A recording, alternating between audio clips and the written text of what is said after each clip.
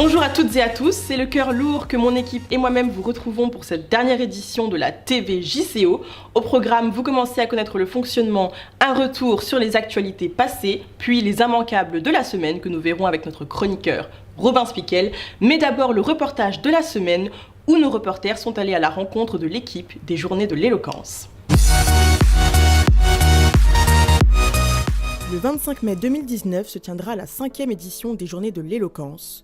L'occasion de promouvoir une nouvelle fois la langue française. Les Journées de l'éloquence a pour objectif de promouvoir l'art oratoire et l'éloquence sous toutes ses formes. Le thème du festival va influencer un peu la forme du festival.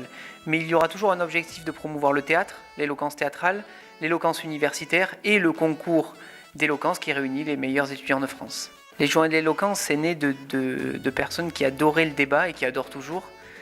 Jérémy, moi, Annelise, Hugo, on adore le débat et en fait on a fait un festival autour du débat et de la contradiction, mais il faut bien débattre sur quelque chose, donc on a choisi un thème et on a compilé sur 7 jours tout ce qui pour nous faisait l'éloquence. En termes d'événements culturels, on le pérennise et on l'implante sur le territoire, mais parallèlement, on fait beaucoup de cours d'art oratoire et d'ateliers d'éloquence sur toute la métropole. Les étudiants du magistère JCO ont eu la chance de voir les coulisses de la préparation du concours dans le cadre de leur mission Synergie. Ça a été de la création, on va dire, en communication.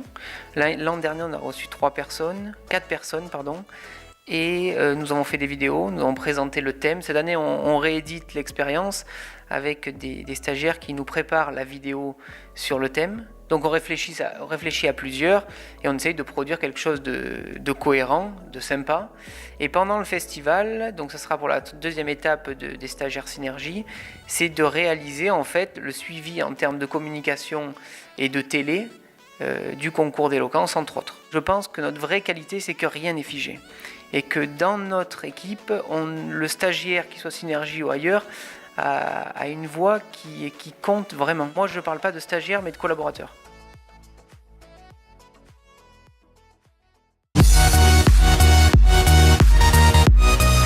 Gilets jaunes, nouvel épisode. Ce jeudi 13 décembre, les forces de l'ordre sont venues de nouveau évacuer le péage de la Barque dans le pays d'Aix. En effet, une dizaine de manifestants avaient construit un bar entre le 3e et 4e week-end qui représentait un danger pour les usagers de l'autoroute.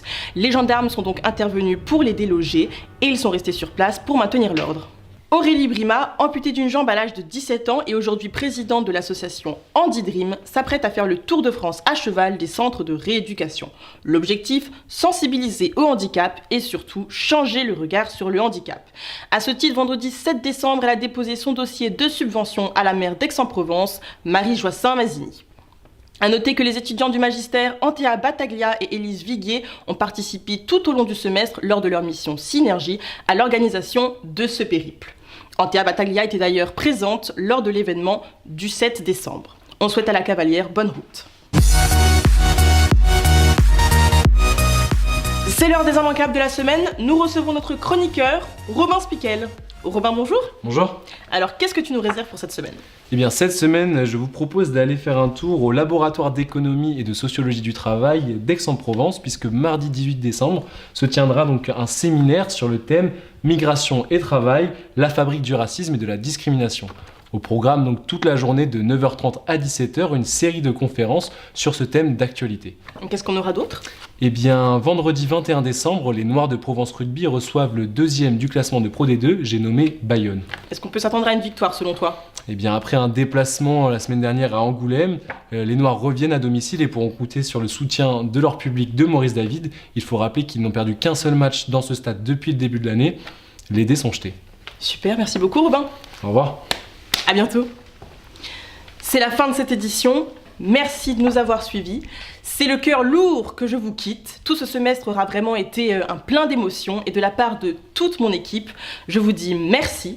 Mais on ne peut pas vous laisser comme ça. La TVJCO est pleine de surprises. On a créé un nouveau concept, la compète des colocs. Je ne vous en dis pas plus. Vous pourrez retrouver les différents épisodes toute cette semaine à partir de demain. On vous laisse un extrait. Donc ce soir, je suis arrivée chez Jeanne et Salomé, étudiantes en magistère 3e année. J'appréhendais un petit peu, parce que bon, le fait d'arriver chez des colocs qui ont l'habitude de vivre ensemble, et puis moi j'arrive comme ça, voilà.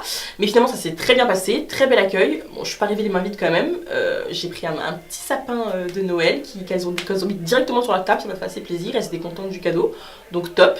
Très bel accueil. Tout de suite, elles m'ont mise à l'aise, on s'assit sur le canapé, elles m'ont d'abord fait visiter un petit peu l'appartement. J'adore, parquet.